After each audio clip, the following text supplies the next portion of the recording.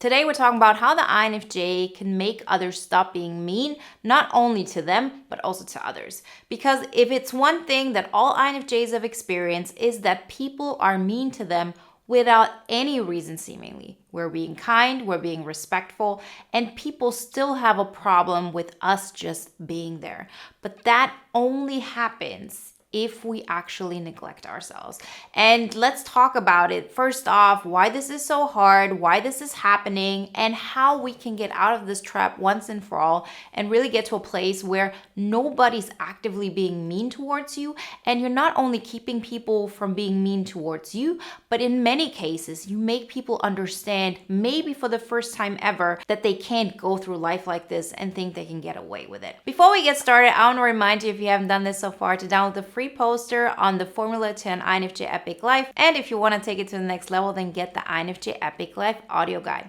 Everything you need to know you can find in the links in the description. The first thing we as INFJs have to understand when it comes to people being mean towards us is the fact that everybody's projecting. That is a common law. I have done it millions of times. You have done it. Everybody does it.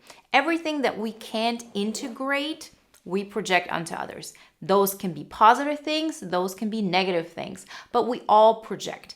And the more you actually are all that you can be, the less you project onto others. That's just the human law. And up until today, I can tell you in so many cases where I was so sure I knew a person, and then afterwards I realized, no, there was projection into that.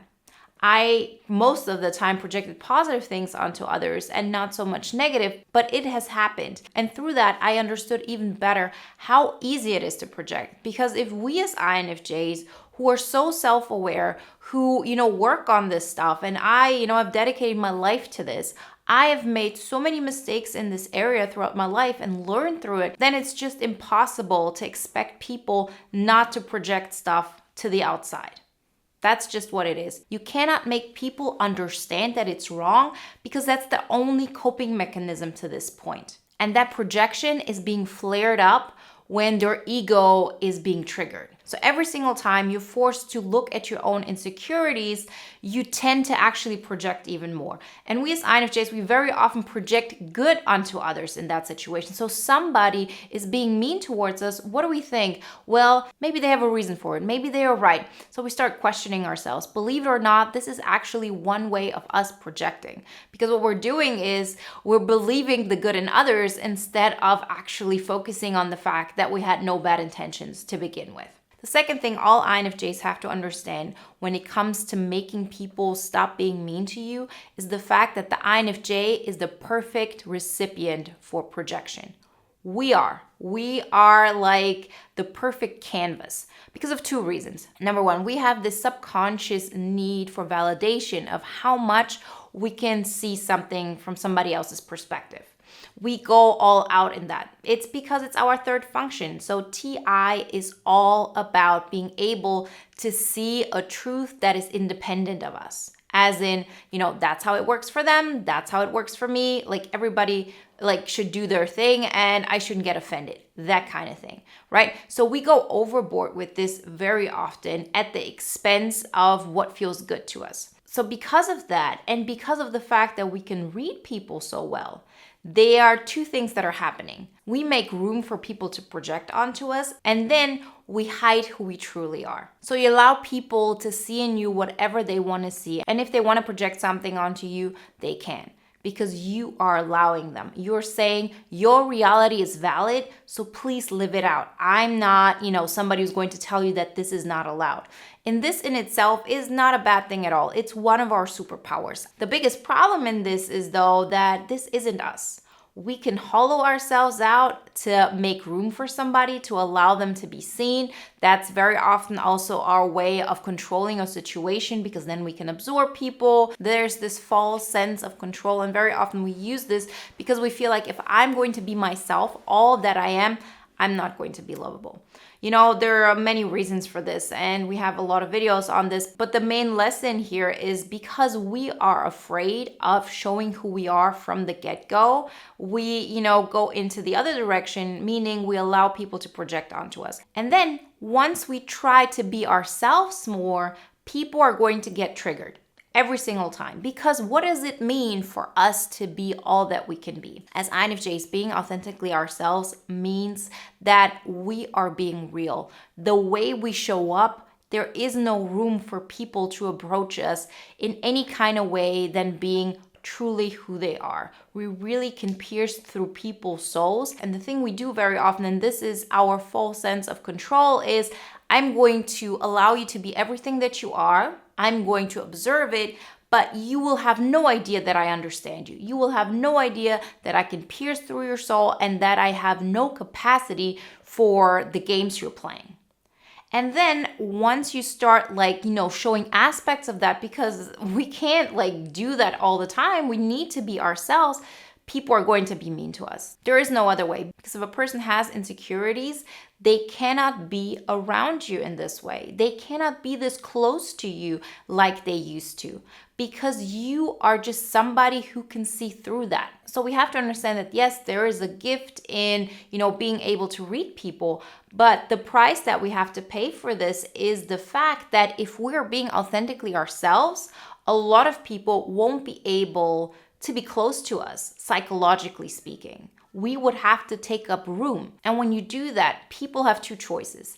They're going to get triggered by you one way or another because you're not playing games, you're just being yourself. And so people have two choices. One of them is, oh, I'm going to confront my own inner problems, I'm going to deal with them, and then I can stay in, the INFJ's life, or I cannot handle it at all and I move out of the way. Those are the two options. And as INFJs, because we have such an effect on people, it is of course very scary to be ourselves, but it's still what we have to do. Because now we get to fact number 3, which is if you hold on to your own belief of this is how I see the situation, this is who I am, this is what I believe I deserve from my perspective. I'm not talking about that I can understand it from your perspective. I can do this later on, but first off, my cup has to be full, meaning I have to look at it from my perspective.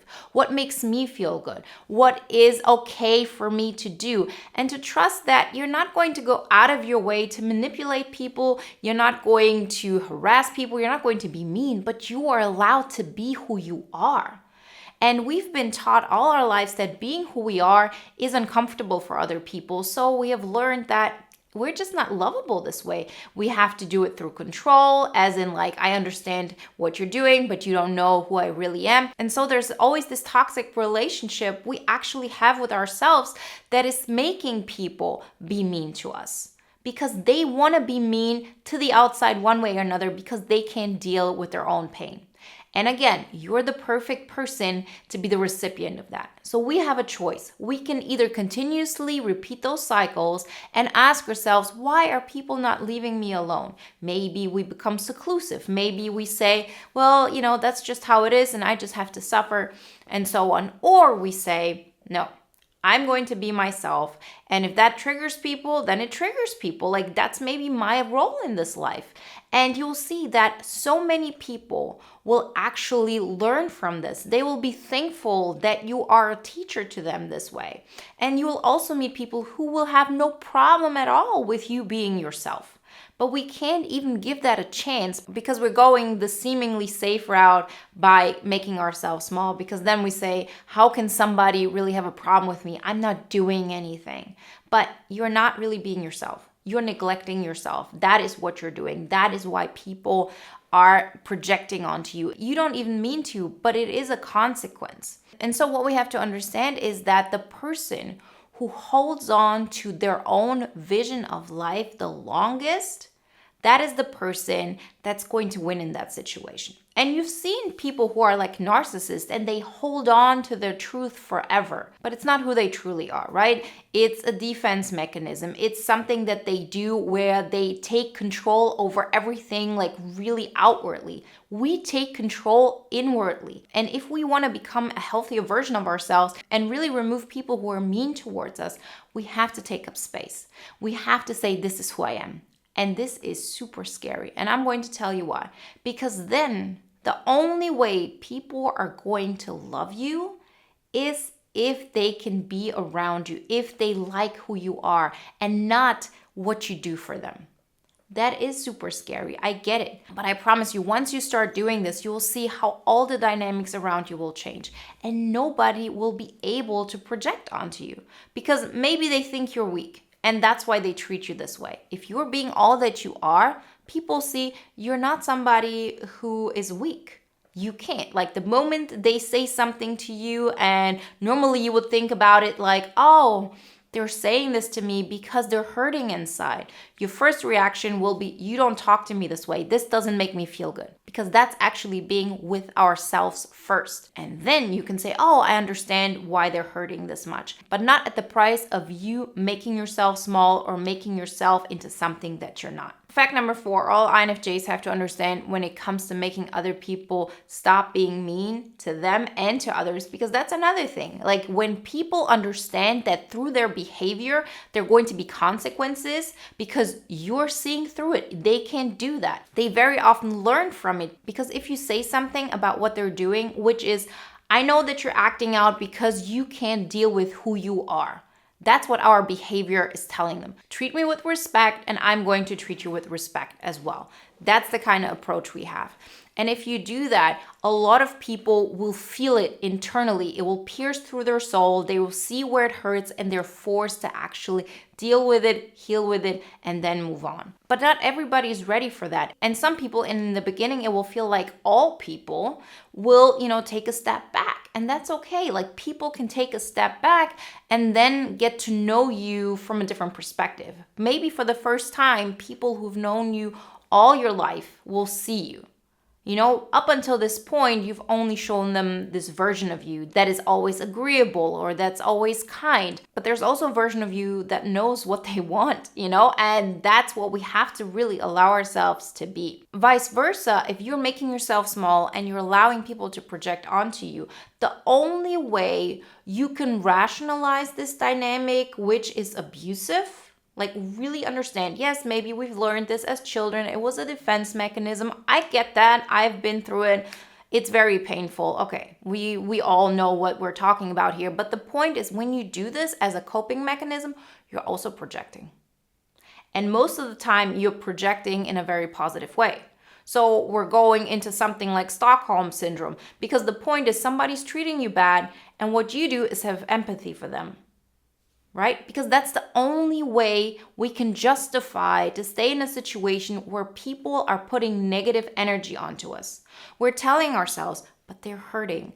I'm the one who can help them. I'm the one who can relieve them of their pain. But this is not a healthy dynamic. And so the first thing we have to do is, stop projecting outwardly and then, putting all that energy and all those good emotions that we have for other people and we're giving them the benefit of the doubt. Like first give yourself the benefit of the doubt. Like really say, what if I go out of my way and, I assume that I don't mean anything bad? What if I assume that I'm just doing my best. And if I find out that, I may have made a mistake, I will apologize. And people will either get it, will accept it, or if they can, then that's on them. But you can't expect yourself to do everything perfectly in order to be liked. And that's where we give up control. That is the whole let them approach of I have to be myself and a lot of people won't be able to handle it, and let them be okay with that. But what you have to understand, and this is when we come to our last fact, like fact 5, is if you hold on to that version of yourself, if you don't let go of it, your entire dynamics of people will change. So the hardest period will be that transitional period where you say, so I'm not going to go through life through my lower consciousness in a way of I'm making myself small, I'm allowing others to project their negative feelings onto me. We're not doing that. I'm also not going to allow people to project positive things onto me that I'm just not. Because if you are being you, people cannot project onto you what you're showing them that you're not. They have proved that you're not that. But if you're not showing them that you're strong, for example, they can assume that you're not. And it's really hard when you have people around you that you really love. So maybe parents, maybe a romantic interest, maybe friends from childhood. But in order to change that dynamic, it really has to start with, I'm not going to be a crutch anymore. I'm going to be me. And with that, I'm allowing people to make the choice if they want to be themselves as well, or if they say they're not ready for it. And that's their prerogative, but I'm not going to keep myself small in order to be liked. And once you start this process, and once you've faced all the fears that you've had about being who you are, because now you can't hide anymore. People will see it. People will see that you're weird. People will see that you're triggering. People will see that, you're just different, and whatever it may be. Once you dare to face your own fears around this, you're never going back, because I actually feel free for the first time in my life. I don't feel like life is happening outside of me. I'm the one who's creating my life. It's a whole different level of life and of energy, and you're deserving of this. And so I'm here to tell you, dare to do it. Know what's coming and know that you're going to make it through. But if you want people to stop being mean to you, you have to first choose you and say, what about my opinion? And not wait until you have a moment where you can revert back. This is not just for one moment and then taking control and then getting back into old patterns. No, it's about saying every single person who wants to get close to me, they have to be aware of who I am. That's the only way I'm allowing somebody psychologically close. So you can have people around you, for example, at your job, who are working with you very close, and you're still not allowing them psychologically in. You're just being all that you are, and they have nothing in common with you. They can't really connect with you. Then you are going to talk to each other in a very business-like manner. I'm kind to you, I'm being professional, but that doesn't mean that you will ever understand who I am and how much I can give and, what my great qualities are. And that's okay. But as long as we're keeping ourselves small, we're the perfect recipient for projection. We're also projecting onto others, as in the good parts of ourselves. We say, I'm not allowed to be all that I can be. So I'm giving the benefit of the doubt to others and allowing them to act in ways that aren't kind to everybody because it's okay for them, but it's not okay for me. When you are being yourself, of course, it's going to make somebody uncomfortable. And that's the price we have to pay as being human. But I promise you, taking that step is worth it all the way. Remember, if you want some more help in making that process really tangible and making it concrete, and I'm anchoring it into my life so I'm never going back to it, then check out the poster on the formula to an INFJ epic life. There is a lot of wisdom in there on how to make that happen. And if you want to take it to the next level, then check out the INFJ epic life audio guide. Everything you need to know you can find in the links in the description. And if you want to watch another video now that is in line with today's topic, then check out the video you see on the screen right now. I'll see you in the next one. Bye, guys.